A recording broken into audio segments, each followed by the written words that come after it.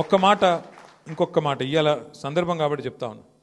మీరు చూసుంటారు ఇయ్యాల నిన్న మొన్న వార్తలు గత 5 రోజులుగా ఏమవుతుందంటే ఎప్పుడైనా సరే పవర్ అంతా ఒకరిద్దరి చేతుల కేంద్రీకృతం అయితే ఏమవుతుందంటే ఇక దాని దుష్పరిణామాలకు ఇవాళ భారతదేశంలో ఏవియేషన్ రంగంలో జరుగుతున్నది ఒక ఉదాహరణ. మీకు గత 5 రోజులుగా మొత్తం ఎయిర్పోర్ట్లన్నీ రైల్వే స్టేషన్లు బస్ స్టాండ్ల కంటే అధ్వానం అయిపోయినాయి. ఎక్కడికక్కడ వేలాది మంది తన్నుకుంటాను కొట్టుకుంటాను ఎయిర్పోర్ట్లలో. తెలుసా ఎందుకో? ఇండిగో వాడు మొత్తం బంద్ పెట్టిండు. ఎందుకు బంద్ పెట్టిండు? ఇది గమ్మత్తైన ఉదాహరణ. మీరు చెప్తే అర్థం చేసుకుంటే మీకు అర్థమవుతుంది నేనేం చెప్తున్నాను. సంవత్సరం కిందట సివిల్ ఏవియేషన్ మినిస్ట్రీ కొన్ని రూల్స్ పాస్ చేసింది. ఏమని? శ్రమ దోపిడీ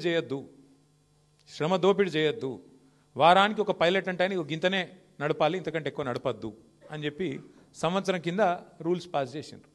సంవత్సరం కిందటనే వాళ్ళు కొన్ని డైరెక్షన్స్ ఇచ్చిండ్రు. DGCA, director general of civil aviation.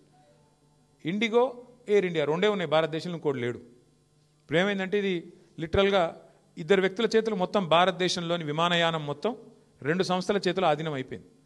ఏమైంది వాళ్ళ దానివల్ల? సంవత్సరం కింద కేంద్ర ప్రభుత్వం చెప్పినా శ్రమ దోపిడీకి అలవాటు పడ్డోడు దాన్ని మార్చుకోక పని చేయలే, ప్రత్యామ్నాయం ఏర్పాటు చేసుకోలే. దాంతో ఏమైంది? నిన్న ఒక్క రోజు 1000 విమానాలు క్యాన్సిల్ అయినాయి. 1000, 1 కాదు 2 కాదు. మరి ఏమవుతుంది? ఎయిర్పోర్ట్ బస్ స్టాండ్ అయిపోయింది. వాస్తవం ఇది.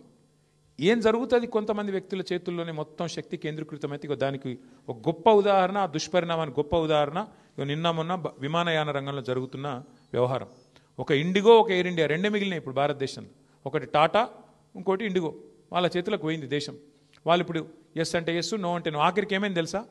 5 రోజుల తర్వాత కేంద్ర ప్రభుత్వం మేల్కొని వాళ్ళు ఇచ్చిన ఆర్డర్ వాళ్ళే వెనక్కి తీసుకుని తీయాలి. వాళ్ళు ఏ ఆర్డర్ అయితే ఇచ్చిర్రో, ఇండిగో వాడు మారలే, ప్రైవేట్ వాడు దిగిరాలే. నేను తప్పు చేసినా అని ఒప్పుకుంటలేడు. వానికి ఫైన్ వేసే దమ్ము లేదు ప్రభుత్వానికి. ఏమైంది ఆఖరికి? ప్రభుత్వం ఇచ్చిన ఆర్డర్ ప్రభుత్వం వెనకకి తీసుకొని ఇంకొక టైం ఇస్తాము అని చెప్పి తగ్గక తప్పని పరిస్థితి వచ్చింది.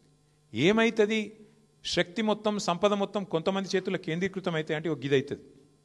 పోర్టులు, సీ పోర్టులు, రైల్వేలు మొత్తం ఇచ్చేస్తే ప్రైవేటులకు, అది కొంతమంది చేతుల్లోనే ఉంటే వాడు మునిగితే మొత్తం దేశం మునుగుతుంది. దానికి గొప్ప ఉదాహరణ ఇవాళ మన కళ్ళ ముంగట్నే